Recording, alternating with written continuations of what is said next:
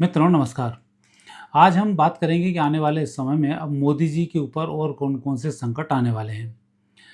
सबसे पहले तो धर्मेंद्र प्रधान का इस्तीफ़ा हो गया और लोग मान रहे हैं कि जैन जी ने कहा हमने करा लिया, नीट के बस पे हुआ है। लेकिन यह ज्योतिषीय दृष्टि से सच नहीं है। ज्योतिषीय दृष्टि से जो सच है वो ये है कि धर्मेंद्र प्रधान ने कुछ दिन पहले एक नियम बनाया था।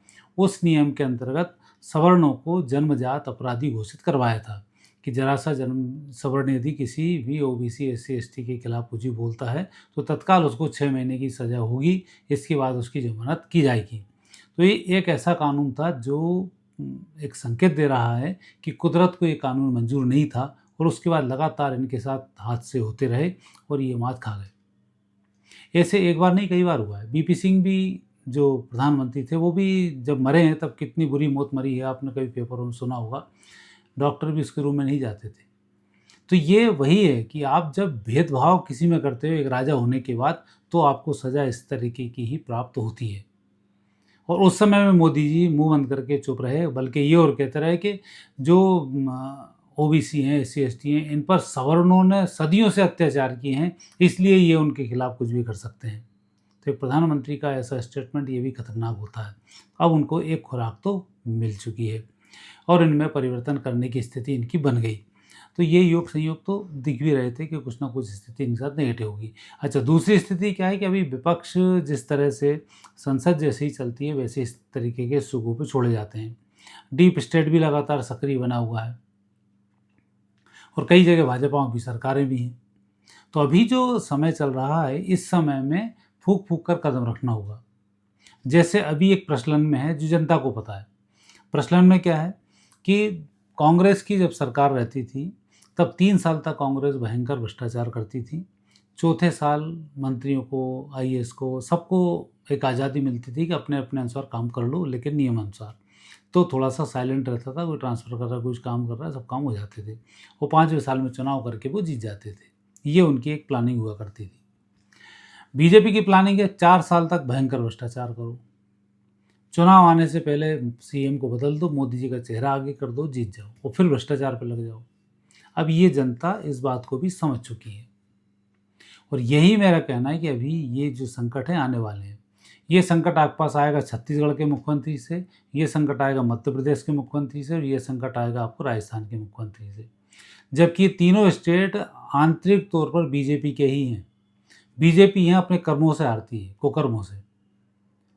पहले भी बीजेपी जब यही तीनों मुख्यमंत्री 19 में बदल दिए गए होते 2019 में, तो तीनों सरकारें इनकी नहीं हारती। एक तो राजस्थान की हार गई तो उनने एक दलील दे दी कि राजस्थान में तो अल्टरनेट एक आती, एक जाति, एक आती। मुख्यमंत्री बदल के देख लेते। जब विरोध सामने वाला कर रहा था, रानी तुझसे तेरी खैर नहीं, मोदी तुझसे बैर नहीं। अब हार गई, हारने के बाद मोदी वापस जीत गए।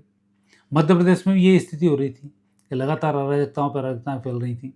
होता क्या है कि जब 10-15 साल तक कोई सरकार रहती है, तो दलाल फिक्स हो जाते हैं। जो अधिकारी है वो 15 साल तक अधिकारी बना रहता है, जो ठेकेदार हैं वो 15 साल तक ठेकेदार बने रहते हैं, जो लूट रहे हैं 15 साल तक लूटते ही रहते हैं। तो ये सबसे बड़ी समस्या आती है। वो चेंज कोई करता नहीं है क्योंकि जब आना शुरू होता है तो आ रहा है।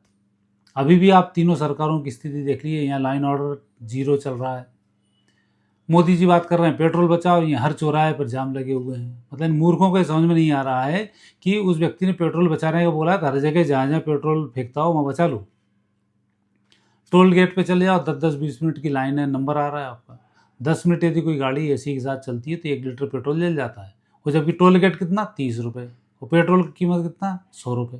मतलब वहाँ ₹100 उसने पेट्रोल में जला दिए, ₹30 इनको दे रहा है। तो ये कम से कम दिमाग में लाना पड़ेगा।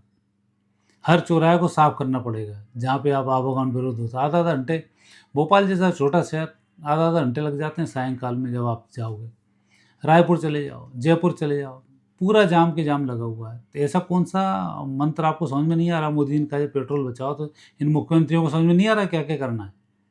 और खुद जा रहे हैं ऑटो-वाटो से, रिक्शे से, नाटक कर रहे हैं पूरे-पूरे। ये स्थिति। भ्रष्टाचार की यहाँ पर सीमाएँ पूरी हदें पार कर चुकी हैं। तो सबसे पहला काम हमारे यहाँ 4 की जो वर्ण व्यवस्था दी गई है, वर्ण व्यवस्थाओं में सबसे पहला शिक्षा। शिक्षा का मतलब होता है ब्राह्मण। दूसरा होता है सुरक्षा, सुरक्षा का मतलब होता है क्षत्रिय। तीसरा होता है व्यापार, व्यापार का मतलब होता है वेश्य, और चौथा होता है न्याय, न्याय का मतलब होता है शूद्र। ये हमारे 4 मुख्य व्यवस्थाएँ हैं और यहाँ चारों चरमराई हुई हैं। शिक्षा के क्षेत्र में यदि देख लिया जाए तो सारे शिक्षा मंत्रियों की हालत यही है।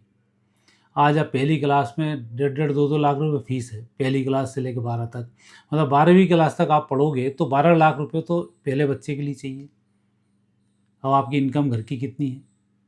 तो सबसे पहले तो डंडा इस पे चलना चाहिए 12वीं कक्षा तक शिक्षा का 1 पैसा नहीं लगे, ये बहुत नॉमिनल रहे, चाहे प्राइवेट स्कूलों। आज प्राइवेट स्कूलों में क्या चल रहा है, जब फीस भरने जाते हो बच्चे स्विमिंग पूल की फ़ीस, घुड़सवारी की फ़ीस, स्पोर्ट्स की फ़ीस, ये फोकट फ़ीसें हैं। स्विमिंग पूल में बच्चे को सूरत दिखा देते हैं, पहली क्लास का बच्चा कहाँ स्विमिंग पूल में जाएगा, फ़ीस ले रहे हैं। घुड़सवारी, घोड़ा है नहीं और घुड़सवारी के लिए बात कर रहे हैं। खेल की बात कर रहे हैं, मैदान है नहीं, खेल की बात कर रहे हैं। जिसको जहाँ खेलना वो उसकी फीस भर देगा, नहीं भरेगा बाकी लोगों को नहीं लो फीस। ऐसा क्यों हो रहा है? शिक्षा का स्तर जब लगातार गिर रहा है। कोई भी प्राइवेट स्कूल में पढ़ने वाले विद्यार्थी ये नहीं कह सकता कि बिना कोचिंग के वो पास हुआ हो। जब शिक्षा स्कूल में भी जाना, कोचिंग भी करना, तो फिर तुम्हारे स्कूल किस काम के? तो सबसे पहली व्यवस्था यहाँ करनी पड़े, और किसी मुख्यमंत्री को समझ में नहीं आ रहा है। मध्य प्रदेश में इतना भयंकर घोटाला हुआ कि किताबों का जबलपुर के एक कलेक्टर ने पकड़ लिया था, और बाकी के कलेक्टरों ने क्या व्यवस्था की होगी आपको समझ जाएगी। 250-300 करोड़ का उसने हिसाब किताब किया, तो बाकी ने धपड़ दे के अपनी व्यवस्थाएं कर ली, तो उन्हें एक नया माध्यम मिल गया इस चीज़ का। तो शिक्षा के मंदिर में स्थिति ये, शिक्षा एक मूलभूत अधिकार होता है, वेदों में बोला हर व्यक्ति को शिक्षित होना चाहिए, और जो शिक्षित होता है वो ब्राह्मण की श्रेणी में आता है। दूसरी बात आती है सुरक्षा की। आज लोग पढ़ने विदेश क्यों जाते हैं, विदेश में क्यों रहना चाहते हैं? क्योंकि वह सुरक्षा है, न्याय प्रणाली का वहाँ की मजबूत है। तो यहाँ सुरक्षा के नाम पर कुछ नहीं है। आज एक आम व्यक्ति होता है, पुलिस में कंप्लेंट नहीं लिखा सकता। यदि कोई विधायक या कोई पार्षद उसके खिलाफ हो जाए तो उसकी दम नहीं है वो पुलिस में रिपोर्ट लिखा दे। ऐसा क्यों हो रहा है? छोटी छोटी बातों के लिए ज़रा बातें होती हैं तो उपद्रव खड़े होते हैं और चले जाते हैं। कोई सुरक्षा की आवश्यकता नहीं, जबकि सुरक्षा मूलभूत अधिकार है जो क्षत्रिय नियम है। आप शिक्षित रहेंगे, सुरक्षित रहेंगे तो आप बहुत अच्छे से शिक्षा कर पाएंगे। अन्यथा पढ़े लिखे व्यक्ति को कोर्ट कचहरी में घसीट दो आप, तो उसको शुगर की बीमारी हो जाती है, क्योंकि उसने अपराध किया नहीं, दिमाग उसका बड़ा हुआ है, तो परेशानी खस जाती है। तो सुरक्षा नंबर 2 पर है। यह सुरक्षाएं सब चरमराई हुई हैं, कुछ दिन बाद सुरक्षा के मुद्दे उठना शुरू होंगे। तीसरा व्यापार, जिससे देश की तरक्की होती है वो होता है व्यापार। लक्ष्मी वहीं से आती है। आप कोई भी व्यापार कर लो, पेट्रोल पंप खरीद लो, आप पेट्रोल पंप में 15-20 लाख रुपए आपके उसके लगेंगे सारी कंपनियों के, और 15-20 लाख की आपको रिश्वत देनी पड़ेगी, पर्यावरण वालों को देनी पड़ेगी, वो सुनेगा ही नहीं आपकी। फटाक से लगाते हैं 1 किलोमीटर के अंदर 2 नहीं होना चाहिए, हटाओ। इतने पैसे पकड़ो उनके, ये नहीं होना चाहिए। वो जब तक आप उसको दोगे नहीं तब तक वो आपकी व्यवस्थाएं नहीं करेगा, दुनिया भर के नियम लगाता रहेगा। इलेक्ट्रिसिटी वाले से बात करो, वो आपका मीटर ही नहीं लगाएगा, वो दुनिया भर के नियम आपको बताता रहेगा। जबकि एक खंभे पे वो पैसे दे दो, कहीं भी किसी भी खंभे पे 3 फेज का मीटर लगवा लो, तत्काल लगा देगा। वो ईमानदारी से आप काम कर रहे हो हो ही नहीं रहा। तो जबकि मूलभूत सुविधाएं हैं व्यक्ति की, फैक्ट्री आप लगाओगे तो आपको आवश्यकता पड़ेगी इलेक्ट्रिक की, तो सबसे पहले उनके चक्कर लगाओ। चक्कर लगाओ, पैसे ले लो, मतलब व्यापारी यहाँ तक बोलता है भैया व्यापार करना तो पैसे ले लो, लेकिन ये कष्ट क्यों? दुनिया भर के उसके खिलाफ और चीज़ें लिख के रख देंगे तो और फंसा रहता है। नगर निगम का एक टुच्चा सा इंस्पेक्टर पहुंच जाता है, खुद ही कागज़ के टुकड़े लेके फेंक देगा, फोटो खिंचवा लेगा और उसके ऊपर 20-25 हज़ार रुपये थोप के चला आएगा, यदि उसको हफ्ता नहीं दिया तो। संबंधित इंस्पेक्टर पहुंच जाएगा। भोपाल में भी एक केस हुआ था, यहाँ डेयरी वाले थे, उनके ऊपर एक तो नकली दूध बेच रहे थे और एक असली दूध बेच रहे हैं। नकली दूध वालों ने उनको, जब कांग्रेस सरकार आई तो धपट देनी पड़ी उनको कि इतने इतने पैसे इकट्ठे कर लो, तो नकली दूध वालों ने दे दिया तत्काल के, क्या दिक्कत। असली दूध वाले बोल रहे हैं हमें एक थैली के ऊपर इतना पैसे बचते ही नहीं जितना में तुम्हें दे रहे हैं। ये गए तो कलेक्टर से उन्होंने रासू कब लगवा दी, और रासू का भी तीट लगाई, मतलब कलेक्टर की मूर्खता देखो आप उसमें। जिस डबरे में से पानी वो भरते हैं दूध, उसमें इनने देखा तो उन्होंने बोला इसके अंदर कास्टिक सोडा मौजूद है, और जो पैकिंग में जा रहा है वही दूध जब पैक होके आ रहा है तो वो क्लियर आया। मतलब कलेक्टर में भी इतनी मूर्खता होगी कि ये समझ नहीं आया कि वहाँ वाले में यदि दिखेगा तो आएगा कि हाँ साहब आपके अंदर कास्टिक सोडा है, वो यहाँ वाले में नहीं है, और बरी हो गए सारे के सारे। लेकिन बरी होने के बाद उनकी स्थिति हो गई, रासू का जब किसी व्यक्ति पर लग जाती है तो पूरी दुर्गति हो जाती है। 3-4 महीने बेचारे भागते फिरे जब तक उनकी रिपोर्ट नहीं आ गई। एक तो रिपोर्ट आई नहीं, यहीं कहीं रिपोर्ट दे दी, नकली रिपोर्ट आ गई, जब वहाँ से कहीं बेंगलोर कहीं रिपोर्ट आती, वहाँ की रिपोर्ट में बरी करना पड़ गया। अब इतने दिन वो सफ़र किए, कहाँ से किए, उनका धंधे बैठ गए बेचारों के। तीनों इंडस्ट्री बंद हो गई। एक व्यक्ति बहुत अच्छा, उसका मिठाई की दुकान थी, वो काफ़ी अच्छा टैक्स देता था, वो लाखों रुपए पर डे का उसका गल्ला था। अब चूँकि परिवार का एक सदस्य था, बेचारे ने रातों रात नाले में सारी मिठाइयाँ फेंकी और भग के बंद करना पड़ा उसे। तो ये क्या स्थिति है? ये ऐसे कोई व्यापार चलता है? कोई भी इंडस्ट्री डाल दो, चाहे पॉल्यूशन नहीं हो रहा हो, लेकिन पॉल्यूशन वाले उसमें कूद जाएँगे। वो समझाते रहेंगे भैया हमारे कोई पॉल्यूशन नहीं है, तो दे सर्टिफिकेट, नहीं मानते। हर महीने हफ्ते चाहिए, हर महीने चाहिए, तो ऐसे कैसे व्यापार करने दो किसी व्यक्ति को? व्यापार करने मत दो, जीएसटी पूरा ले लो। अब इंडिया में आधा-अधूरा तो ऐसा काम चलता है, दोस्ती पे चलता रहता है। बेचारे उसने शर्ट बेच दी, शर्ट बेच दी, तत्काल उनका जीएसटी हमें दे दो। सामने वाले से पैसे नहीं आ पाए, मतलब उसको पैसे भी गए, जीएसटी भरना पड़ा, नुकसान भी हुआ। ये ऐसी कौन-सी व्यवस्था है? इन सब पर भी रुकाव, वो व्यवस्थाओं पर आपको लगाम लगाना पड़ा। और ये बात कर रहा हूँ कि हम जो 3 प्रदेशों की बात की, यहाँ ये सत्यानाश हो रहा है इन सब मामलों को लेके। वो जनता के अंदर भयंकर आक्रोश फूट रहा है। जैसे जैन जी कूदे, ऐसी जनता जब कूदेगी, ये चुनाव टाइम है कि यहाँ की तीनों जनता का खून शांत है। छत्तीसगढ़ का, मध्य प्रदेश का और राजस्थान का। ये बदला लेते हैं सिर्फ़ चुनाव के टाइम पर। बाकी टाइम पे कोई उपद्रव नहीं करते हैं, जो अंदर ही अंदर मन में रखते हैं। और तीसरी बात करते हैं न्याय की। न्याय के मामले में तो स्थिति बहुत ही भयंकर खराब चल रही है। अभी हमारे यहाँ न्याय की बात करते हैं, एक जज थी जिसके घर की बहू ने आत्महत्या कर ली थी, और उस जज को यहाँ की एक जज ने तत्काल उसको बेल दे दी। मतलब पहले दिन पहुँचते ही 10:30 बजे सबसे पहला काम हुआ कि उस जज को बेल मिल गई। अब ऐसी जज को खुद ही सज़ा देना चाहिए। तो जजों को, जिन-जिन के पास जुडिशरी पावर है, उनके अंदर सजाएँ भी सख्त होना चाहिए। जज ज़रा-सा अपराध में फँसे तो आजीवन कारावास होना चाहिए। पुलिस वाला अपराध में फँसे, आजीवन कारावास होना चाहिए। कलेक्टर, तहसीलदार, ये जितने भी अपराध में फँसे हैं, इन सबको आजीवन कारावास होना चाहिए। कि जब न्याय करने वाले व्यक्ति ही अन्याय कर रहा है, तो उसके लिए सज़ा क्या होगी?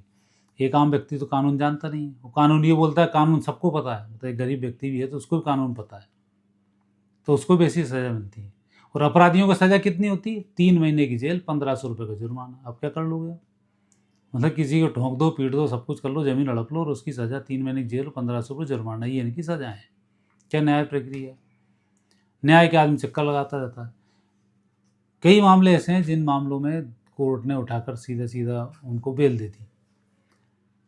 तो ऐसी स्थिति में क्या होता है? फिर नेगेटिव स्थिति बन जाती है और व्यक्ति वहाँ पर परेशान हो जाता है।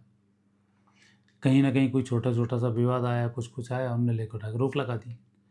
कोर्ट ने उस पर रोक लगा दी, मालूम पड़ा कि रोक ही उसका फैसला उसके अगेंस्ट चला गया। कुछ फैसले भी एक पेपर में छपा था, वो उस व्यक्ति की खुद की ज़मीन थी, अपराधी उस पे वो बाउंड्री वॉल बना रहा था, पुलिस गया, पुलिस ने सुना नहीं, वो बेचारा कोर्ट पहुँच गया।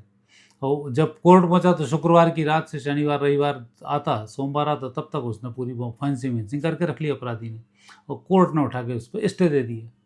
अब स्टे दे दिया, जिसने अपराधी ने जो ज़मीन वो की है, फेंसिंग कर ली, वो फैसला उसके पक्ष में अपने आप ही हो गया। अब जो जिसकी ओरिजिनल ज़मीन है, बेचारा ना ज़मीन बेच पा रहा, ना कुछ कर पा रहा, और कोर्ट के चक्कर लगा रहा है। वो सामने वाला व्यक्ति फिर कभी पेशी पे आ ही नहीं रहा। 2, 5, 10 साल तो पेशी आप आसानी से बढ़ा सकते थे। ये कौन-सा न्याय है? इन सब पर बड़ी गंभीरता से विचार करना पड़ेगा, और जनता इसमें सनक रही है। धीरे-धीरे क्या, और मोदी जी से ही उम्मीद है, क्योंकि जो करता है व्यक्ति उसी से उम्मीद लगा कर रखता है। इसलिए लोग मोदी जी को कुछ तो बोलना शुरू कर देते हैं, लेकिन वोट मोदी को ही देते हैं। मध्य प्रदेश सरकार भले ही लोग बदल देंगे, लेकिन केंद्र में फिर मोदी ही आएँगे।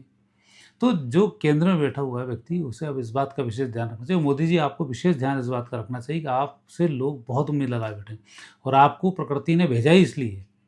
इतना नीट एंड क्लीन प्रधानमंत्री इस देश को मिला है। पूरी दुनिया में सबसे ज़्यादा यदि कोई एक व्यक्ति बोले तो मोदी जी के अलावा कोई है ही नहीं। और इन सब संकटों से उबारने की स्थिति बन रही है। तो अभी मध्य प्रदेश, छत्तीसगढ़, राजस्थान, यहाँ पे यदि नेगेटिव स्थिति से बचाना है, तो मैंने जो आपसे बताया, ये काम आप करने पड़ेंगे। और धर्मेंद्र प्रधान का ही मैंने पहले वीडियो बना के दिया था कि ये अब अपने पाप का घड़ा इसका भर चुका है, अब ये खत्म होने वाला है। जब किसी के काम के प्रति किसी के मन में द्रोह आ जाए, समझ जाओ उसके पाप चढ़ चुके हैं। अन्यथा यही प्रधान था जो नीट के पेपर के चक्कर में ही कहीं इतने डंडे-वंडे खाए थे और उसी में इधर आ गए। लेकिन एक अपराध, वो अपराध सवर्ण अंदर ही अंदर दबाए बैठे थे, और अभी ये भांडा फूट गया। तो ऐसी स्थिति इसमें बन रही है। तो आने वाले समय में अभी ये आपके पास बहुत बड़े संकट हैं जो आने वाले हैं, और इन संकट से उबार लिया तो देश कई गुना तरक्की बहुत तेज़ी से कर जाएगा, और ऐसे काकरोच जैसे पैदा भी नहीं हो पाएंगे। तो ऐसी स्थिति अभी इसमें बन रही है। तो ग्रहयोग अभी भी यही चल रहा है, मंगल चल रहा है, मंगल में राहु चल रहा है, तो अभी ऐसे उपद्रव आएंगे और इसी प्रकार की समस्याएं, चूंकि मंगल द्वितीय भाव का है भारत की कुंडली में, तो कुटुंब कलह इन्हीं बात को लेकर होगी। मंगल सुरक्षा का कारक भी होता है, मंगल न्याय का कारक भी बन जाता है, और मंगल इन सबकी शिक्षाओं का कारक भी, मतलब हर ग्रह में मंगल की अपनी भूमिका रहती है क्योंकि उसका तेज होता है, शिक्षा में वो काम कर जाता है। गुरु बुध इसके और कारक भी रहते हैं, लेकिन अभी जो समय चल रहा है, अब मंगल में राहु उठेगा, इसका तो गुरु आ जाएगा, तो जिसके मंगल के साथ कॉम्बिनेशन बन जाएंगे वो समस्याएं उभरना शुरू हो जाएंगी। अभी मंगल के साथ राहु, इसलिए राजनीतिक संकट आ रहा है। अगली बार मंगल के साथ गुरु आएगा तो वैचारिक चीज़ें सब शुरू हो जाएंगी। गुरु आएगा फिर युद्ध बुद्धि के भी, अभी अन्य देशों से कंपेयर भारत की करें तो वो एक संकट के बाद अलग आ रहे हैं। तो ऐसी स्थिति लगातार निर्मित हो रही है। तो आप अभी से इसका चिंतन थोड़ा सा करते हुए इनको आगे बढ़ा लेंगे तो ये बहुत अच्छे परिणाम आपको प्राप्त होंगे, और देश हम उस संकट से हम बचा लेंगे जिसमें कि आने वाले समय में जब पूरी दुनिया युद्ध में उतरेगी और देश पे भी जो संकट आएगा उससे हम बच पाएंगे। तो मित्रों, आज इतना ही। जो संकट आने वाले हैं उनकी आपसे चर्चा की, फिर नए विषय के साथ आपसे भेंटों की आज्ञा दीजिए। नमस्कार।